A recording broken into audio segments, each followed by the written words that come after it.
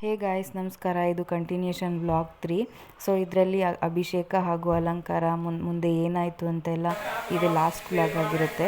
So ನೀವು ನೋಡ್ತಾ ಇರ್ಬೋದು, ಗರ್ಭಗುಡಿ ಒಳಗಡೆ ಹೋಗಿ ಪೂಜೆ ಮಾಡೋದು, ಅಭಿಷೇಕ ಮಾಡೋದು ಒಂದು ಅದೃಷ್ಟ ಅನ್ನೋ ಫೀಲ್ ನನಗೆ.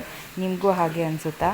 ಸೊ ಇದೆಲ್ಲ ಆದಮೇಲೆ ಅಲಂಕಾರನೂ ಅಷ್ಟೇ ತುಂಬಾ ಚೆನ್ನಾಗಿ ಮಾಡಿದರು. ಈಗ ನೀವು ನೋಡ್ತಾ ಇರ್ಬೋದು, ಅಲಂಕಾರ ಅಂತೂ ತುಂಬ ಚೆನ್ನಾಗಿದೆ.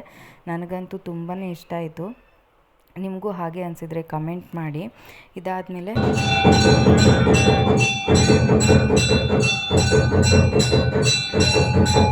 ಊಟ ಮುಗಿಸ್ಕೊಂಡು ಒಂದು ಸ್ವಲ್ಪ ಹೊತ್ತು ಮಕ್ಕಳ ಜೊತೆ ಎಲ್ಲ ಟೈಮ್ ಸ್ಪೆಂಡ್ ಮಾಡಿದ್ವಿ.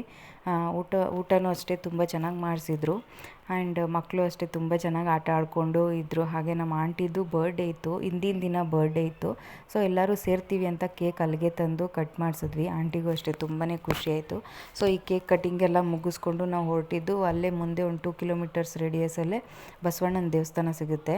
ಸೊ ಅಲ್ಲಿ ಮುಗಿಸ್ಕೊಂಡು ಮನೆಗೆ ಬಂದ್ವಿ. ರವಿ ಅವ್ರು ಕಾಲ್ ಮಾಡಿದರು, ನನ್ನ ಮಗಳ ಬರ್ಡೇ ಇದೆ ಬನ್ನಿ ಅಂತ. ಸೊ ಅಲ್ಲೋದ್ರೆ ಮಗು ತುಂಬಾ ಹಠ ಮಾಡ್ತಿತ್ತು, ಕೇಕ್ ಕಟ್ ಮಾಡಲ್ಲ ಅಂತ.